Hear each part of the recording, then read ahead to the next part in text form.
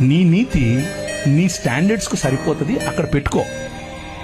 ప్రతి ఒక్కడిని వెళ్ళి ఆడి నీతి మార్చడం కోసం నువ్వు గొప్ప అని వారు తక్కువ అని చూపించే ప్రయత్నం చేయకు.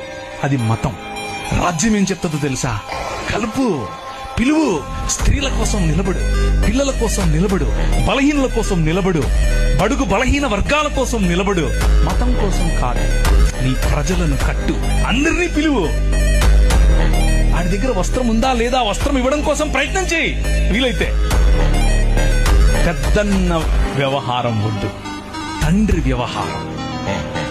ఈ రాత్రి సువార్త చెప్పే వారికి రాజ్య సువార్త ఎలాగూ చెప్పాం.